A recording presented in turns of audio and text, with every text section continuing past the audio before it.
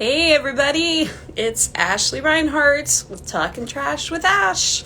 In a few moments, we're going to be joined by Sarah Sweet from the Scrappy Elephant in Palmyra. I hope I'm pronouncing that right. Palmyra, Virginia, which is close to Charlottesville, Virginia. So as I am just waiting, I'm going to start sending some invites. So I apologize for the kind of dead air as I do that. Let's see. Do, do,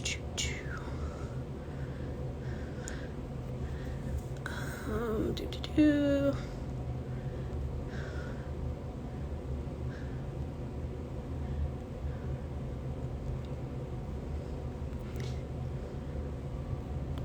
Let's see. Do, do, do, do, do. All right.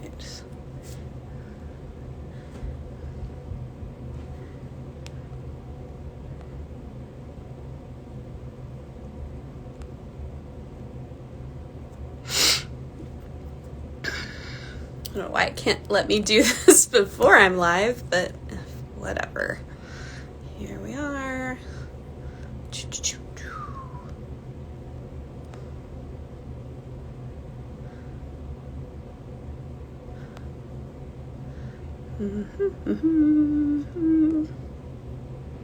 Sending some invites out here. As many as I can find. All right.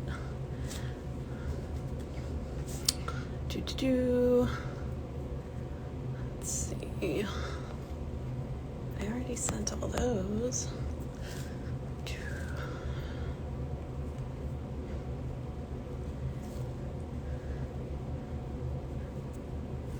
Hey Marnie, I'm just kind of getting everything set up.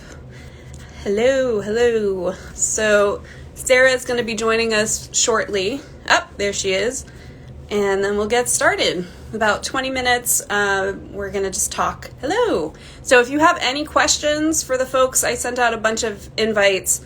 If you have any questions, let me see if I can figure out how to add. Okay, how do you join again? Good question. I think, let me see if I can invite you. Hold on. I practiced this. Nope. Ah, here we are. It says you're unable to join. Is there a button you can push that's request to join? Because for some reason it's saying that I'm not able to invite you.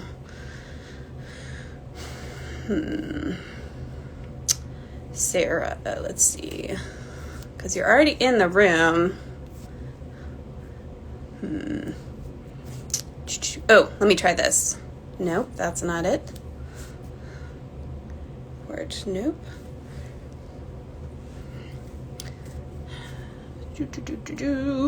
Sorry about this.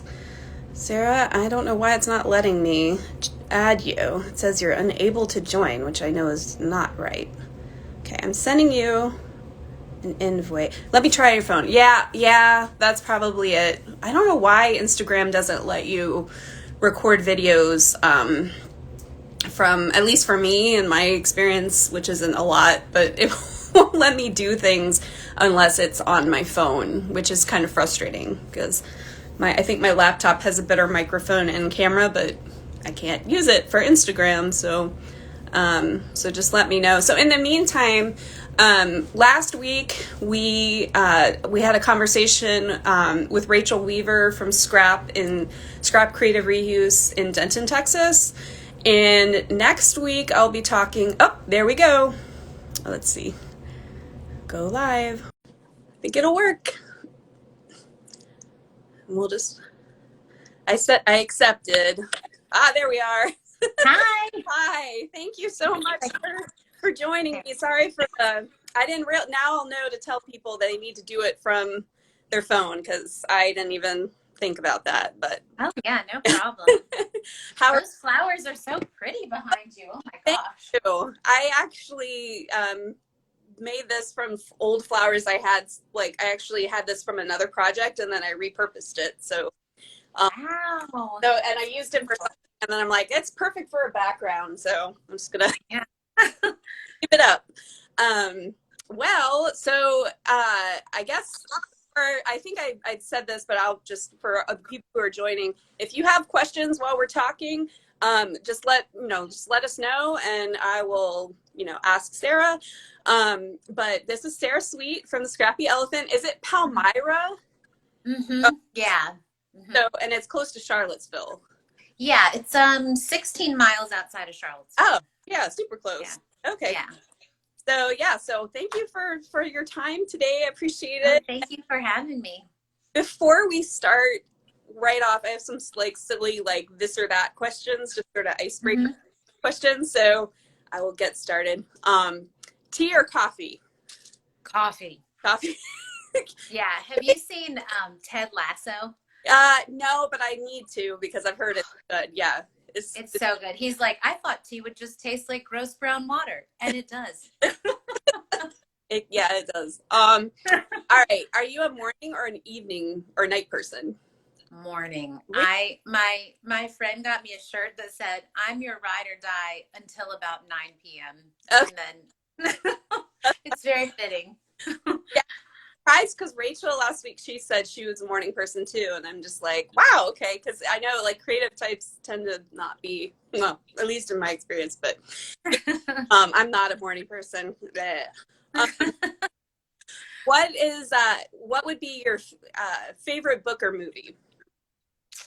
Ooh, that's tricky. One book that I've read and movie too, reread and rewatched several times was Eat, Pray, Love. Okay. I don't know, like just about going on a journey and self-discovery. I loved that one. Okay, cool. And then last, this or that, ocean or mountains? What'd you say? Ocean or mountains? Mountains. I'm a mountain girl. Okay, very first of all, I was sort of off the cuff, but I was looking online a lot about, what you do.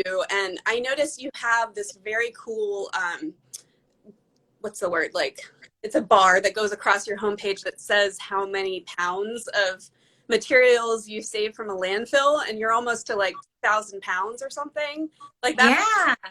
Really, how do you do, like, how have you, is that from the moment you've opened? Because I know you've opened recently, like during all of this. Yeah. No, it's actually only just from January. Wow. Yeah. That's amazing. That's nice to have that like tangible amount. Like, I think other creative reuse centers could, learn, like take that idea, because it really makes a big impact when you see that when you first get to the site. So yeah, I've gotten that from a lot of them actually. Oh, you have? That. Yeah. Okay. Well, so I was reading that when did the Scrappy Elephant open, and how can you talk a little bit about, I've read a little bit of, I think I know, but for folks watching, like how you came to opening the Scrappy. Yeah.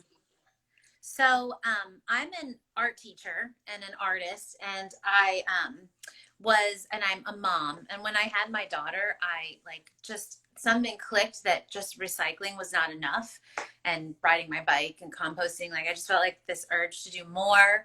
And I just started searching, and I was down in Nashville and discovered this place called Turnip Green. And I went in and my mind was blown, and I was like, this is it. This is amazing. Why does this not exist everywhere? It's so cool. So I came back to Virginia and I started researching creative reuse and reaching out to all the creative reuse centers I could, driving to all the ones that I could drive to. And I figured there was a class here in Charlottesville that I could take, an entrepreneur class. So I was lucky enough to get into that course and kind of learn how to run a business. And then there's a great place in Charlottesville called Ix Art Park, and it's this old factory, and it's just full of art everywhere. And I had plans to have a pop-up shop in that space. And then COVID happened, so that was canceled. But I live out in Palmyra, which like I said, is about 15 miles away from Charlottesville. And a friend of mine had some empty space, and she let me do a pop-up shop there last summer just to see if this was something that people around the area would be interested in. And they were. I started getting a ton of donations and people were shopping. So then in September, this place in Palmyra opened up. It's the old post office. It was built in 1930 and it was perfect. So I opened in September and yeah, I've just been taking in donations and sorting and yeah, that's how it came to life. That's amazing that at the, height of all of this that because I know that some creative reuse centers had to kind of suspend operations because of everything. So that's very, very impressive and a great to like flourished. So how did you make that work? Like how did you go ahead. Yeah, so I have this studio area in the back that I want to eventually have classes, but um, obviously not right now. So I just turned that into you can book it with your family by appointment. You have an hour. It's filled with materials. So you and your family can just come in and get creative and crafty, and then I clean up the mess. So that was a nice selling point. And I have air purifier in there, and then I have this UVC light sanitizer. Who knows? Some doctor told me that actually Right. stuff doesn't work. So, it was able to, and then leave a half an hour in between those appointments and really, sterilize, sanitize the room. So that was helpful. And then up front in the shop, it's very small. So I actually had shopping appointments for that as well, so that you would have the store to yourself for half an hour, because even though it's small, it's full of stuff.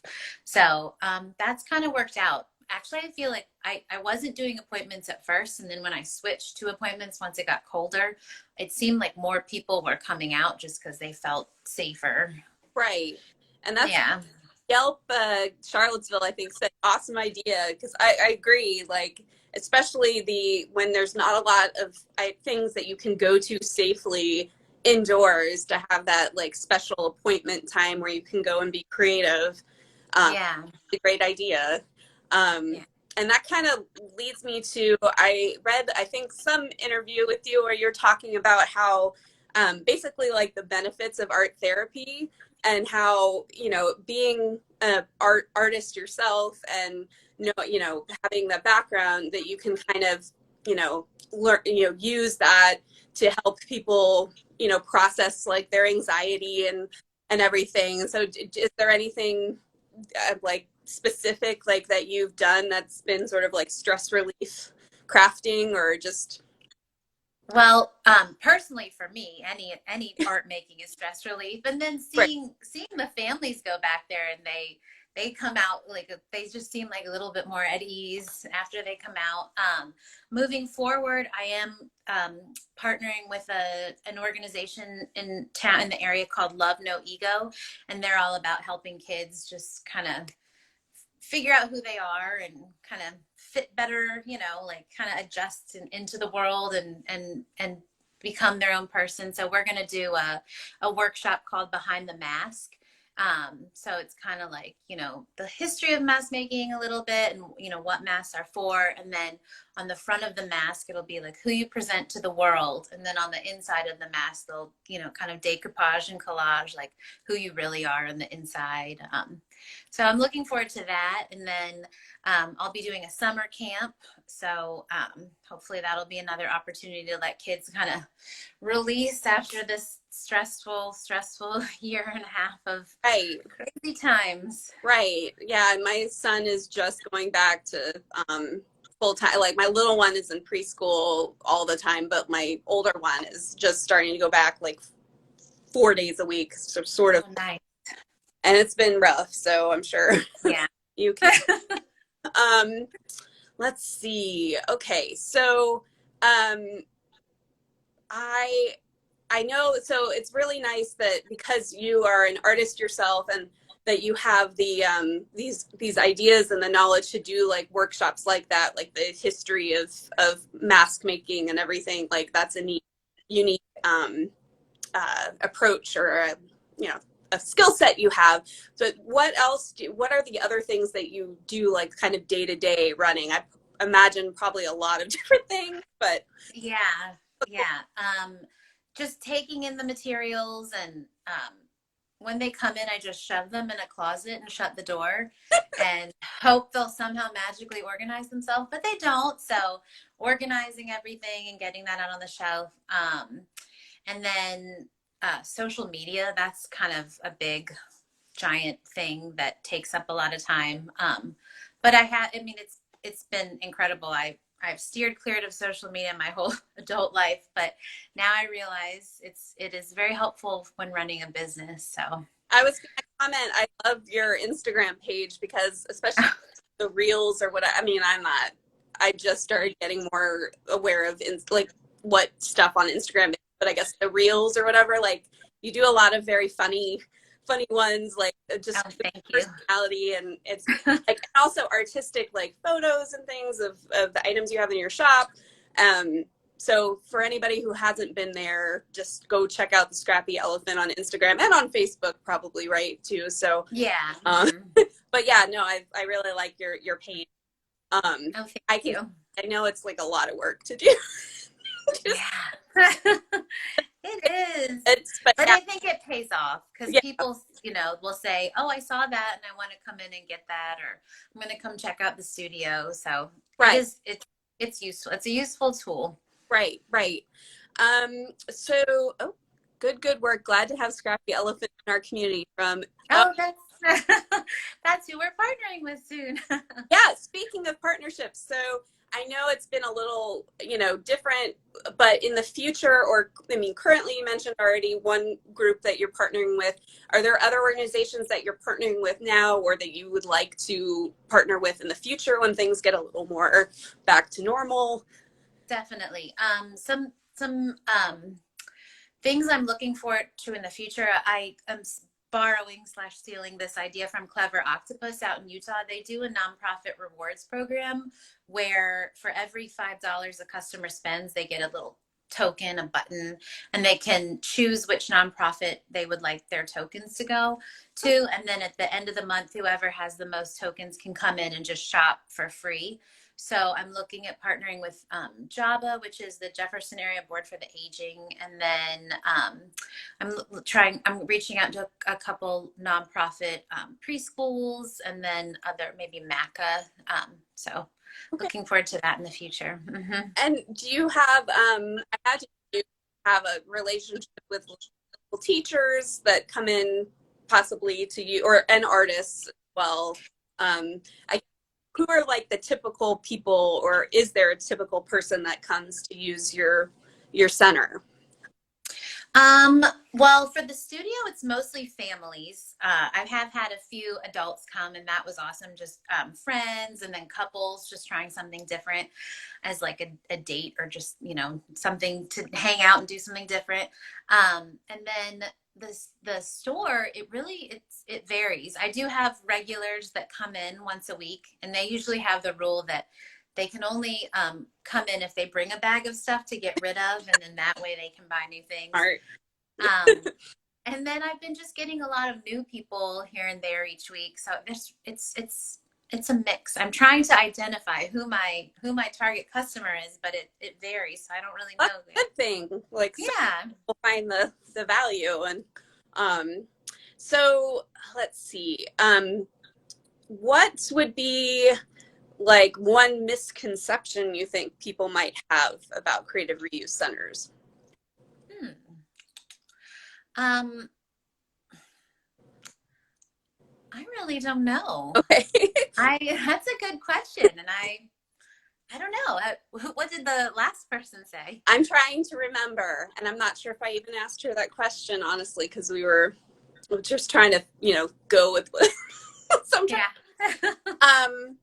I think maybe one of the things she mentioned was that that it's easy to process donations, or like, it's good to just, she appreciated getting donations, but it takes so much more work than people realize. Yeah. That is true. I've spent many late nights there trying to get everything out and organized. One thing I know, at least from my experience when I went to, so I'm in Springfield, Virginia, just outside of DC, and I've gone to the reuse center. I've gone to a few around the country, actually, but the one I've gone to the most is in Alexandria, Upcycle, Creative Reuse. And the first time I went, I didn't know what to expect. I wasn't sure like what kinds of things, like what condition they would be in, and Yeah.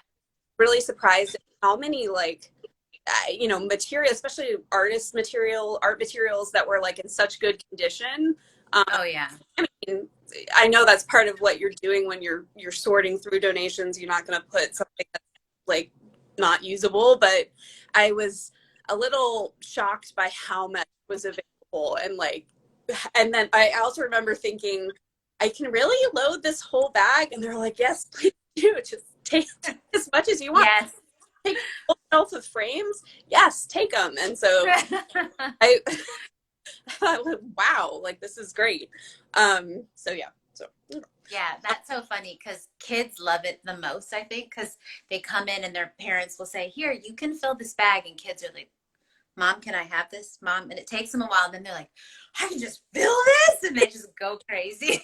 right. They love it. And you're, yes, please take Because whatever I have here, I have 10 times as much in the closet. Right. Speaking of, so what are like the top, I mean, and it doesn't have to be free, picking a random number, but like the top items that you get lots of donations of, for instance, and what kinds of things would you like to get more donations of? I think the top couple of things are probably sewing materials and yarn, like fabric and thread and yarn. But yarn is the thing that actually goes the quickest. So keep on dumping your yarn. I'm happy to take it. Right. And then art, like fine art materials, those go super fast. So anytime we get paint or brushes or canvases, sketch pads, those are gone like that. Right. So what would be some ways that your local community and even if some of the folks who are not local watching could support you? Like obviously you probably take monetary donations, right? Like as a nonprofit. But what other ways can, especially people who are nearby, help support your center?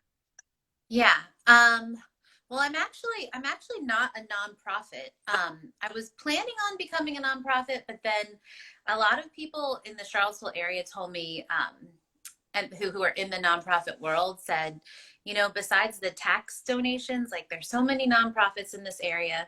There's a joke that like 2 nonprofits go in a room and 3 come out. So just kind of like do your thing. And I've been really researching B Corps and hoping to become one of those eventually, which is all about business for good and kind of mission driven.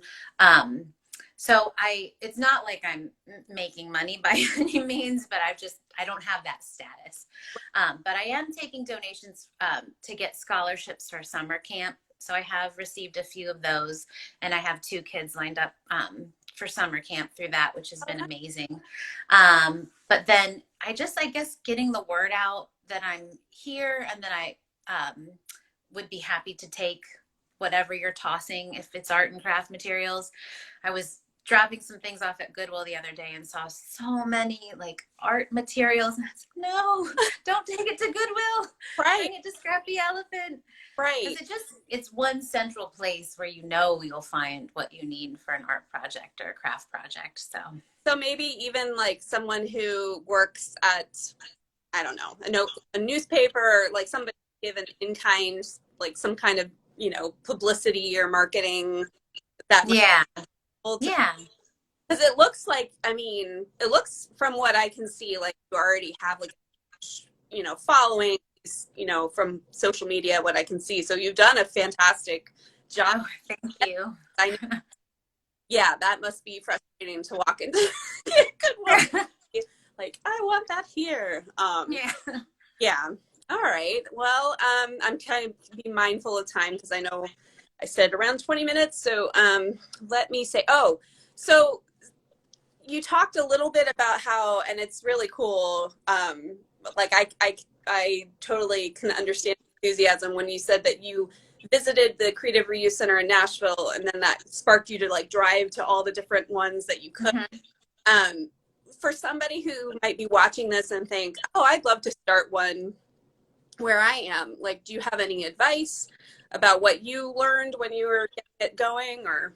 Yeah, the creative reuse community is incredible. So just reaching out, calling, like I've every, the Scrap Exchange in Durham, I went down there. They gave me so much information. They they were before COVID, like teaching a course where you could sign up and learn how to open a creative reuse center. But I mean, I've called the one in Utah. I go to Scrap RVA a ton. They are so helpful. There's 757 Creative Use down in Virginia Beach. I've spent a lot of time on the phone with them. It's an amazing community, and I feel really lucky to be part of it. And if you want to start one, just reach out, because there's so many people that are willing to help and give advice and give stuff. Even Scrap RVA gave me so much stuff to get started. Oh, really? That's nice. Yeah. Yeah. Rachel Weaver, who I talked with last week, she's with Scrap in Denton, and she was talking about how, nice it was that everybody was so supportive, and they're not, you're not competing. You want to help each other, because the whole point is trying to reuse materials. So the more that you can support each other, and that she enjoyed having that kind of that community, like you mentioned. Yeah. Let's see. Excuse me. That's where I am right now. One last question, if that's okay. I'm trying to look at the ones and see and make sure I got made sure I covered the ones I definitely wanted to cover. So because, again, you have the unique, you're an artist and you have your art background, I noticed on Instagram, you've created a lot of cool examples of repurposed, projects to give people ideas. Is there a certain type of project or thing that you created to give people ideas that's like one of your favorite things to make out of reuse materials? Not really. I just I actually, so someone this amazing person gave me all these fabric scraps color coded into individual bags. Wow. It was amazing. And so I put those back in the studio, and I've actually had a lot of fun just playing with fabric as a medium as opposed to paint, right, and kind of making pictures out of fabric. So that's been pretty fun. Oh, I've enjoyed that. That's really cool. And I heard too that that's like a gold mine for people who are making donations if they organize it by color and like stuff, that it just makes your job so much better. Yes. Yes. Oh my gosh. I love when I get like the little individual baggies of pencils and things like that. I mean, the baggies are not that great, but they don't get thrown away. And I actually have been moving. Oh, that was another. I've been partnering with some local schools, and there's a great kids museum in Charlottesville. So I actually gave them all the Ziploc bags for their kits that they're sending home. So we're keeping it going. That's great. That's great. So before we wrap up, is there anything, I know that you mentioned the mask workshop that's coming up and the camps, but is there anything else you want to let people know about your offerings in the near future? Or? I am going to start offering some workshops now that things are opening up, and in the studio I can have the windows wide open now. So I have been asking people, like, tell me what you're interested in learning, because I am wanting to teach a few courses, workshops, and then I have some other artists lined up. So someone mentioned like encaustic painting and mosaics. So yeah, throw ideas my way, and I can try to find teachers to teach those things. And I'll post too, although I think I tagged, but I will post video or your contact info, so people that make sure they're following to keep up with updates and everything. So all right, well, thank you so much for joining. I really thank you. And yeah, it was nice to chat with you. It was so nice to chat with you. Thank you for what you're doing. It's amazing. I think kind of like what you mentioned, as far as like when you have kids and you're thinking about the environment and the future, and I have a music background and nonprofit background, and I just started upcycling, but I don't know. So I don't, this is a little new to me, but I just thought people need to know more, about what you do. And so I'm trying to compile like a bunch of people who do what you do to get more, more awareness. So, yep. That's amazing. You're amazing. Thank Oh, you. I appreciate it. thank you for Have a great afternoon. you too. Bye bye. Bye. Oops. All right. Oh, okay. So because I'm still learning how to use Instagram, I just wanted to not jump off like I did last week abruptly and just remind you, first of all, that was so awesome to talk to Sarah. Like, I love what she's doing. And I love, if you haven't followed the Scrappy Elephant on Instagram, please go check it out, or on Facebook. She has a fantastic page with a lot of neat resources and posts, and you can find out what she's doing, what their center is doing for this summer and coming up soon. Next week, I will be talking with Savannah Sartori, I believe I pronounced her name right, the Resource Depot in West Palm Beach, Florida. So that next week, it'll be at noon, 12 p.m. Eastern Time on this channel. So hopefully you can join next week, and thanks for watching, guys. Bye.